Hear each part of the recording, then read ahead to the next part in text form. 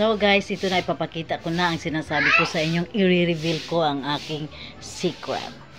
Ito ang ginagamit ko guys everyday, iniinom, lalong-lalo na sa meron kang high blood, uric acid, mataas ang iyong uric acid, pati mataas ang iyong blood sugar. So ito ipapakita ko na sa inyo ha.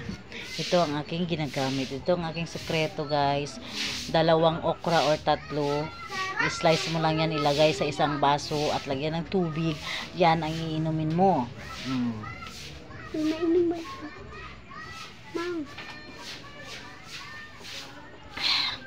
Itong kalahati, mamaya na naman yan. Dagdagan ko yan siya ng tubig.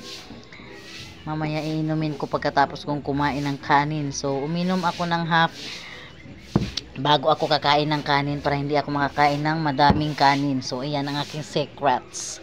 Ito guys, mas maganda kasi ito siya sa kung high blood ka. Kasi ano siya man, malapot. Butang siya, malapot sa Tagalog. Pero, kasi yung sugar mo, mag-circulate siya ng maayos kasi ano siya. Yun na nga, malapot. So, bahala na kayo guys. Basta kung naintindihan nyo, comment kayo. So, yun ang ating secret para bababa talaga, promise, yung ano natin, unang-una yung uric acid, pati yung high blood.